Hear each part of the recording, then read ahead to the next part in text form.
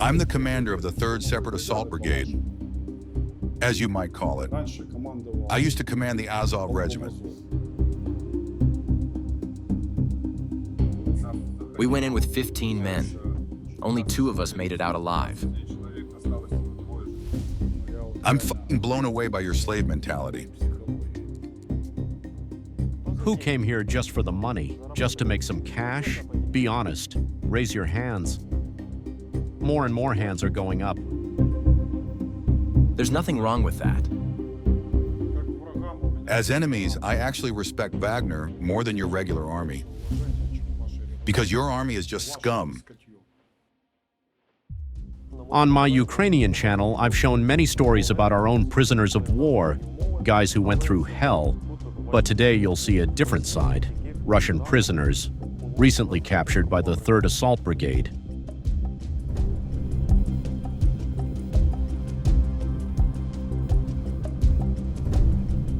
Gentlemen, why are you staring at the floor? Or are you comrades? So what are you, gentlemen or comrades? Comrades. Comrades. So the Soviet Union feels closer to you? You must have loved those Cheburashka cartoons, right? All right, gentlemen, let's start with you. Which unit are you from? And no need to stand. This is just a friendly chat. You're comrades, after all. At first, the prisoners could barely speak. You could hardly make sense of them. But after about 10 minutes, they loosened up, and at times they even started shouting in unison or nearly arguing with each other. Almost all of their stories were the same. They were sent to positions that were supposedly held by Russians, but when they got there, they realized it was the enemy, and that's how they ended up captured. They all repeated the same thing. Are you his comrade? No, me. Who? You in Recon too? No, I'm an assault trooper. Assault trooper? A convict? You did time? No. A volunteer fighter? Yeah? What a hero. Me too. See, we got something in common. I'm the commander of the 3rd Separate Assault Brigade, as you might call it. I used to command the Azov Regiment.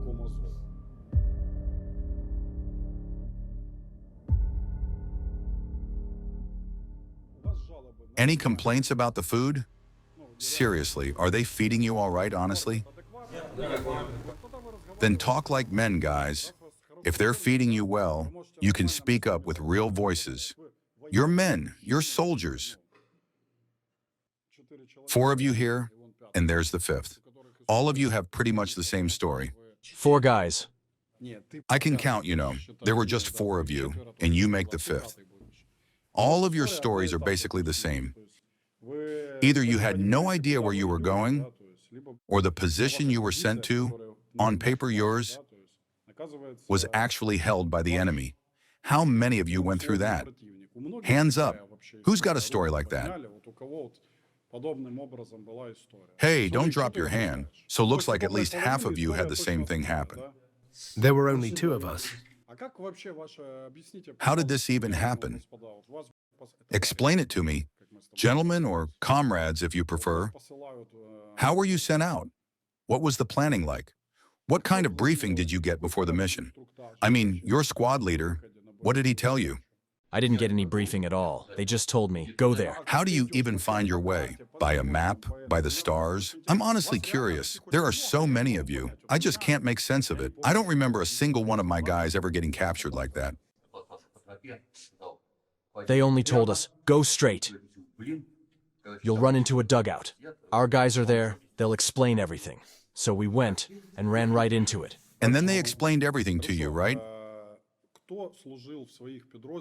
All right, who had been with their unit for more than a month when they got captured?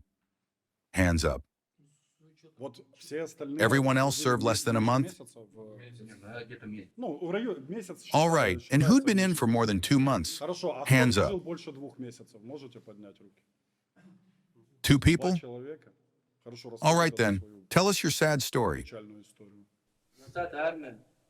20th Army, 1st Battalion, 2nd Company. I was sitting in fixed positions. We didn't move from there at all. Then they pulled us out to other positions. At first, they said we were going on a recon mission. But then they sent us somewhere else. They just told us to move down, said nobody was there, and that we had to hold the positions and wait for reinforcements. We went down, and it turned out they weren't our guys. So we gave up our weapons. We surrendered. Got it. And you? I'm a medic. In early December, we were pulled out from Ternov. Our unit had been holding positions there and moved to another village where we were captured.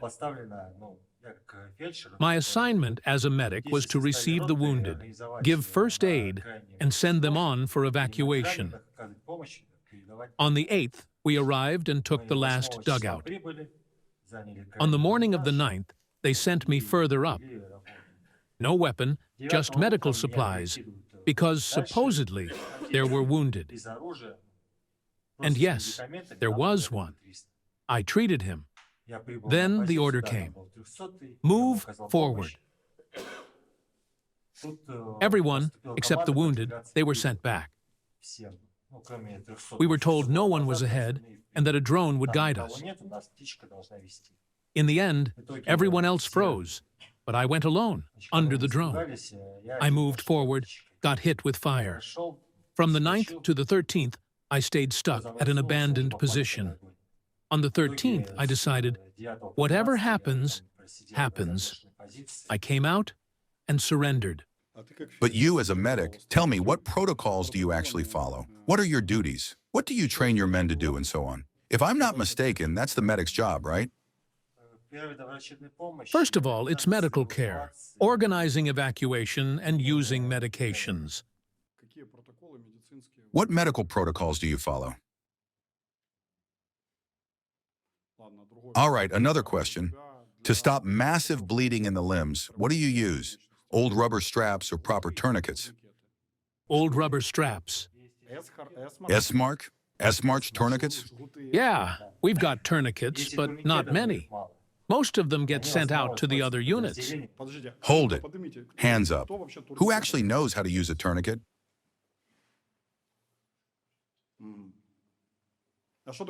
And what is tourniquet conversion?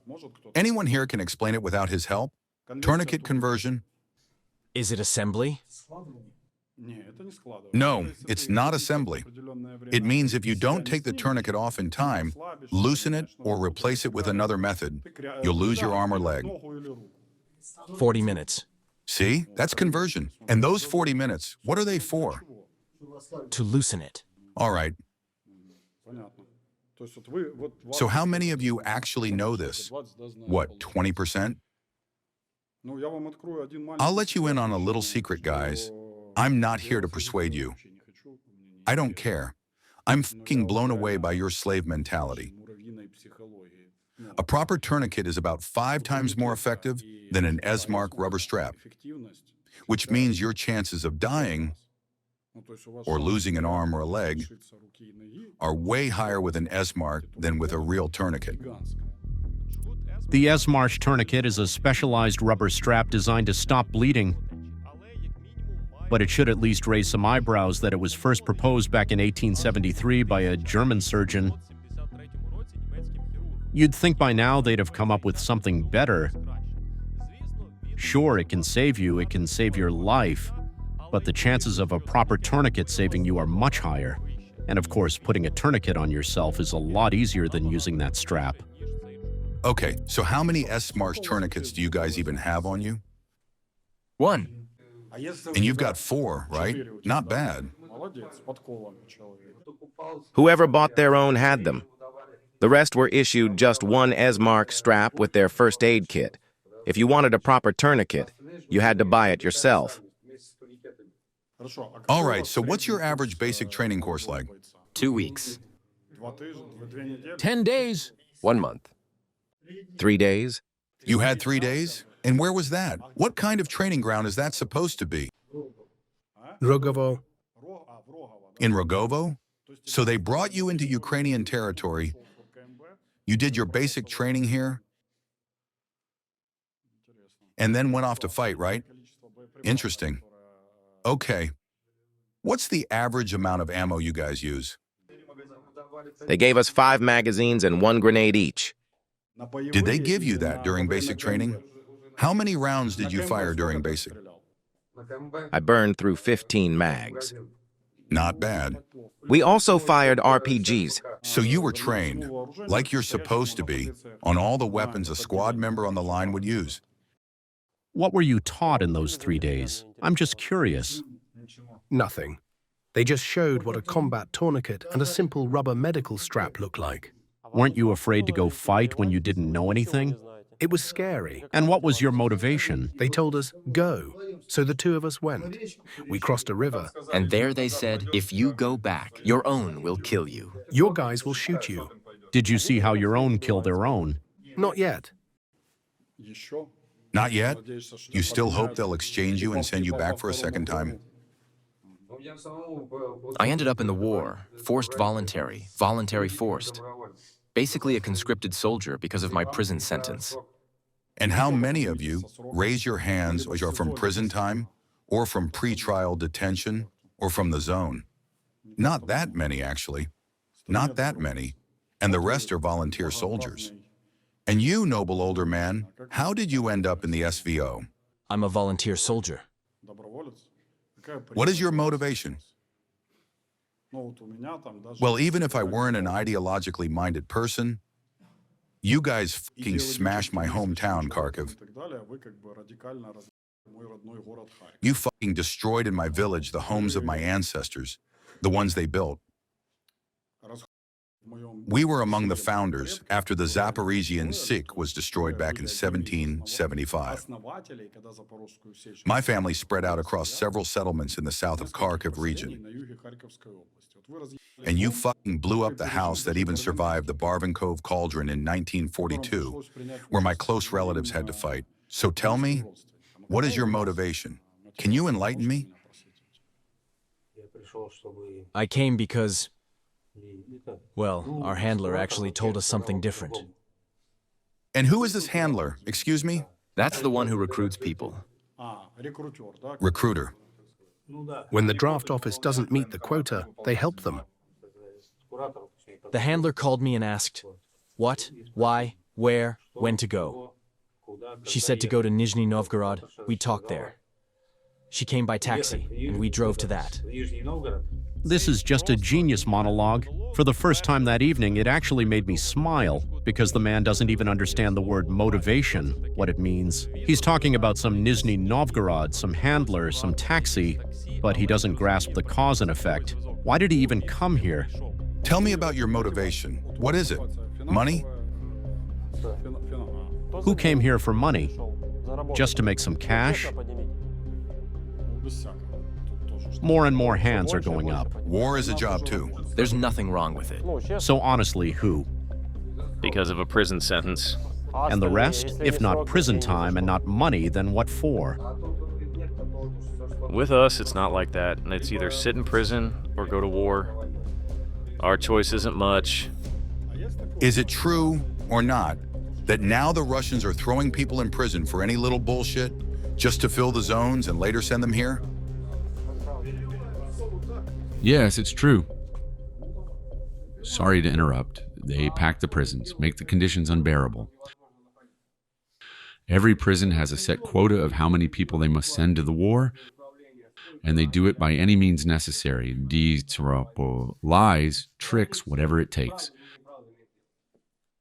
Or say you commit some crime while you're free. At the police station, they'll immediately offer you the option. Go to the SVO. I've got a suspended sentence. I missed check-in twice.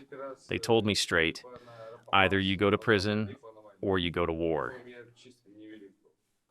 My choice wasn't much, either there or here. Now it's even from pretrial detention, right? Before it was only from prison, and now it's from the detention center too, right? There they don't really ask. I've got a similar story with my brother. My own brother. We came together. On December 11th, he was killed. He had Article 264, criminal under the law. They told him, either there or here. We went together.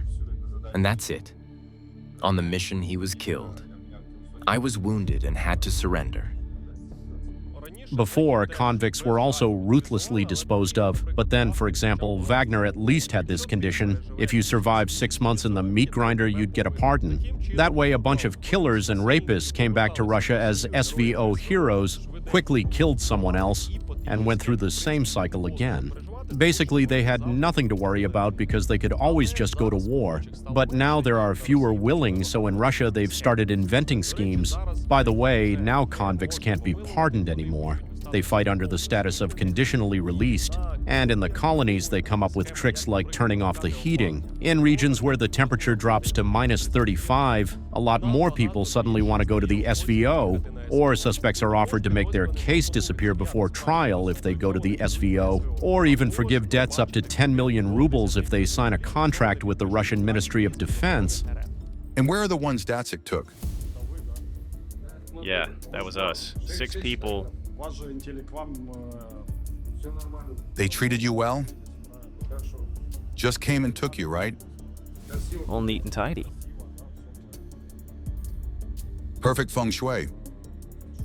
This is a crazy story, like something out of a Hollywood movie. There's a separate video on the 3rd Assault Brigade's channel. I'll leave the link in the description. Datsik's group pretended to be Russians, as if they had mixed it all up and were accidentally storming their own. I'd heard stories like this before, but it's the first time I've actually seen a video. By the time the occupiers realized they'd been captured, it was already too late.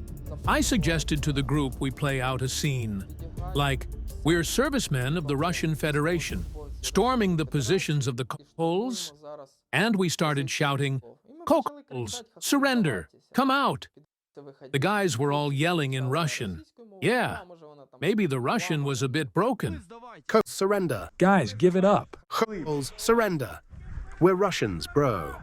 The bastards started yelling, "Are you fucking idiots?" We're all our own here. Who the hell are you attacking? And we say, we don't believe you. Right, move right, get down there.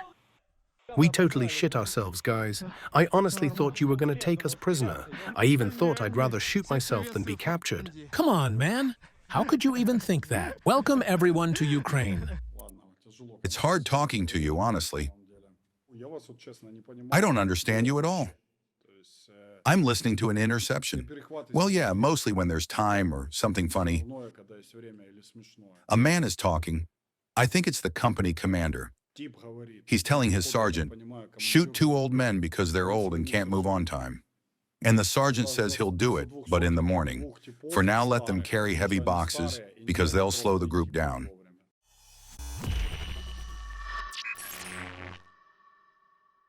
I can't even make sense of your whole story. Yesterday, I caught the perfect intercept, the best one in my life. 3 assault guys pulled out of a position. Your own command had already written them down as KIA. And they said, don't upset the chief of staff. Screw all that paperwork bullshit. Just sort it out with them. If that had happened to me, my entire guard would have scattered. If people found out something like that could happen. But you guys don't scatter. You just keep pushing forward.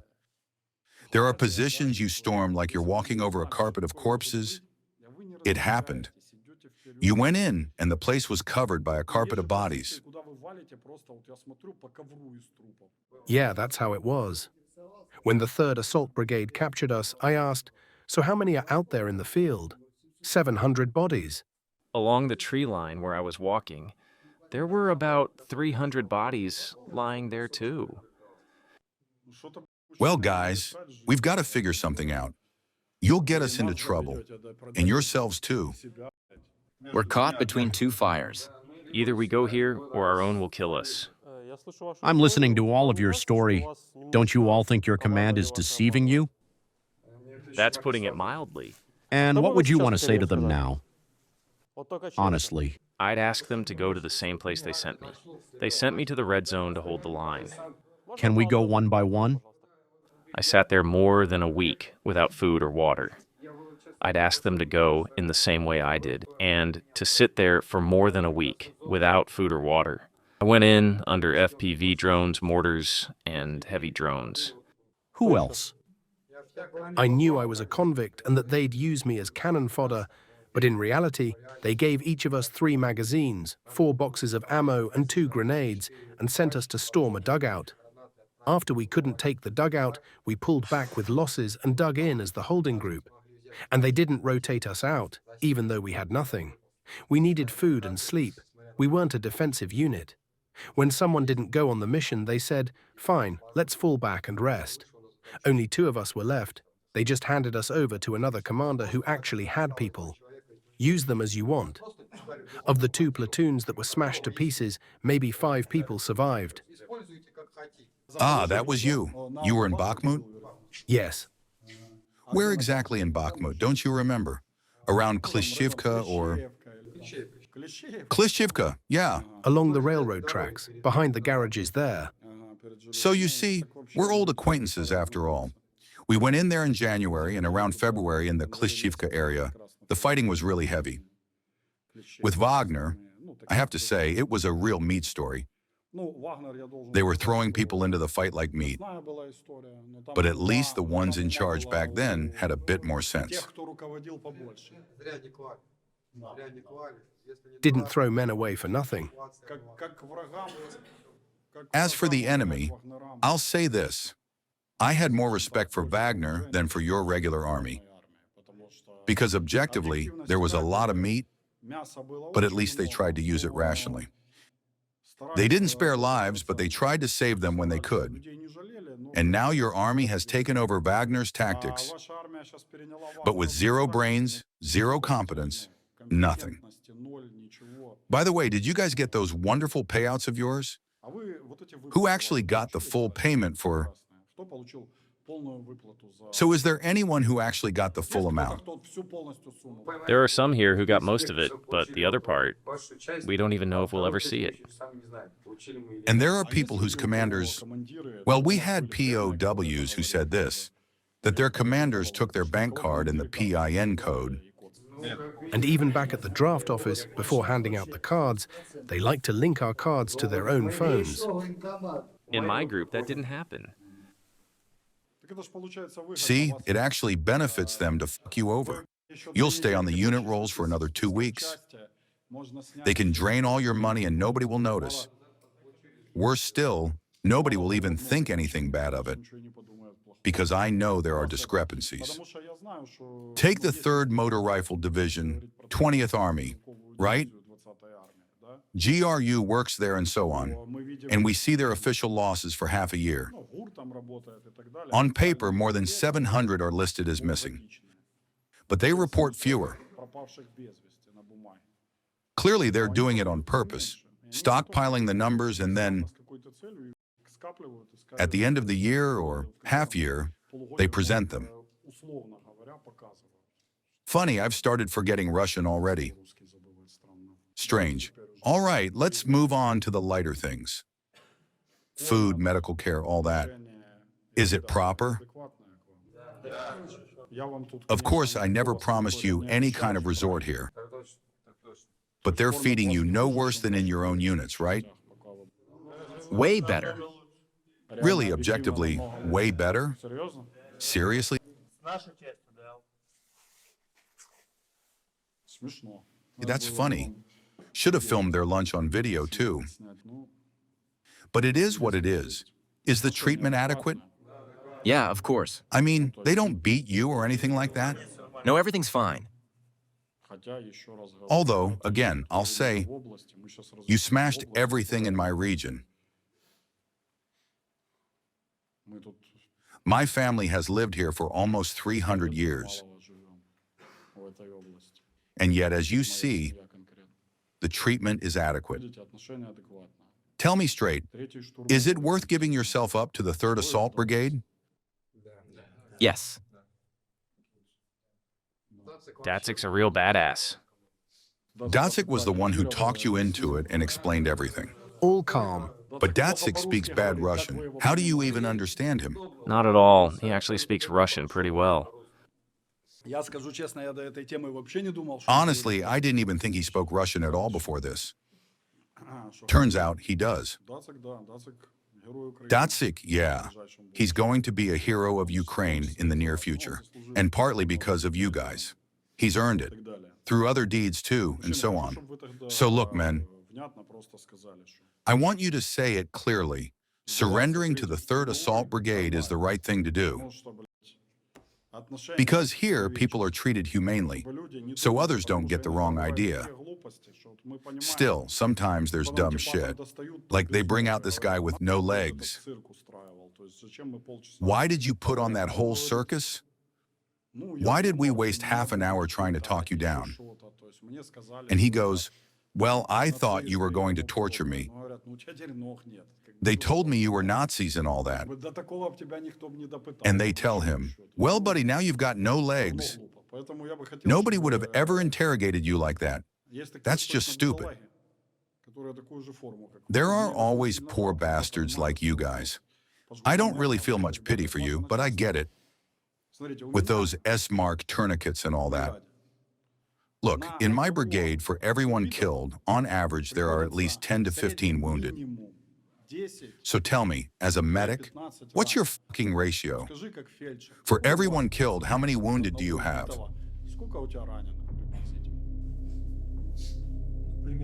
Around 15 to 20 people. This is probably the most interesting moment in the video. It seemed like a scandal was about to break out. The medic's information about the low casualty rate clearly irritated many because obviously they had seen something very different. So for everyone killed, just one wounded? Well, that's not too bad, because I've seen some cases where it's literally 1-to-1. 1-to-1. 1-to-1. That depends on the unit. No doubt it depends on the unit, both yours and ours. We had 15 people, and out of those 15, only 2 were left alive. In just about 12 hours, there was no one left. Yeah, that happens too. I remember the Wagner guys in Bakhmut. There were a lot of prisoners too, convicts. They told funny stories. Like for them, being lucky meant losing a leg or an arm, because if you're still in one piece, they'll stick you back into Wagner, just on some rear position or something like that. Now it's different for us. It depends on the severity of the injury, light, medium, or heavy. If it's light or medium, they send you back. Look, I see it. We once captured a guy. 3 days before he was taken prisoner, he got hit with about 17 fragments from an AGS. Yeah, they're small pieces, but you know what that means. They bandaged him up and on the 3rd day sent him back into the assault. Yeah, it wasn't a catastrophic wound, but he was a mess, and it looked terrible. You've got stories like that. I honestly don't. Guys, tell the other poor bastards in green that there's an option. If the commanders fuck it up, surrender. It'll be handled properly. Come on, I'm listening. If your commanders are fucking things up, you'd be better off surrendering to the 3rd Assault Brigade. Here, the treatment is humane, no violence. They feed you, give you medical help. Of course, it's not a resort, but it's better than in some Russian prisons.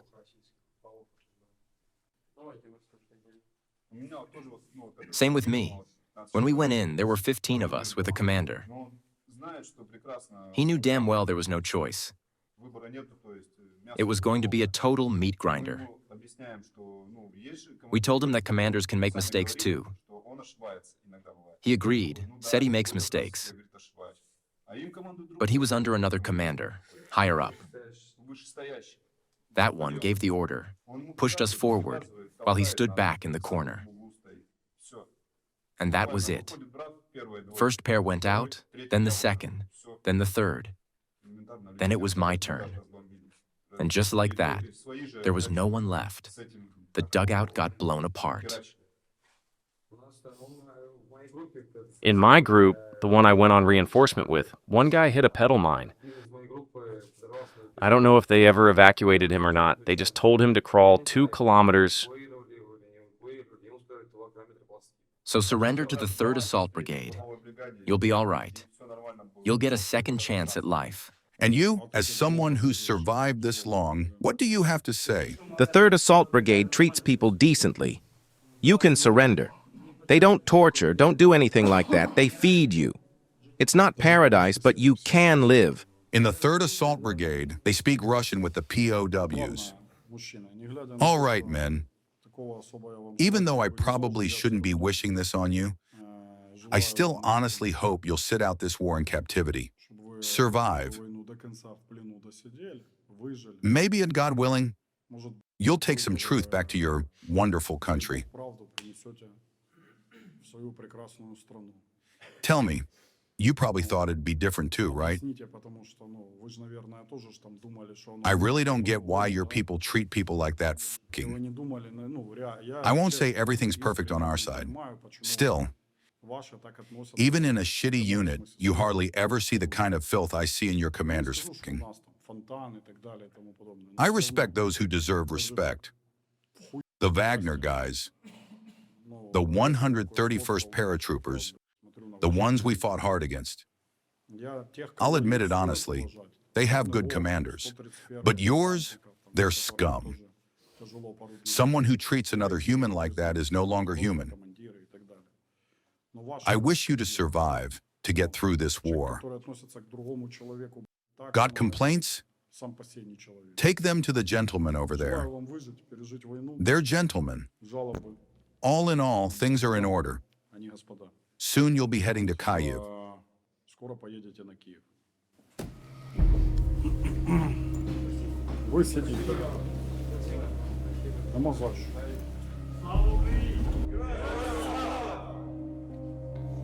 Honestly, when you stand in front of those people, if you can even call them people, you feel a mix of emotions. Mostly deep sadness, because it's hard to understand how, in our time, people can treat others, even their own, with such contempt. And I really hope those people will be exchanged for our Ukrainians as soon as possible, because we've seen the unbearable conditions they're kept in. It's definitely no resort, nothing like how Russians are kept. If you like this video, give it a thumbs up and subscribe to the PCHEV channel. And please support the big fundraiser for the 3rd Assault Brigade. Help if you can.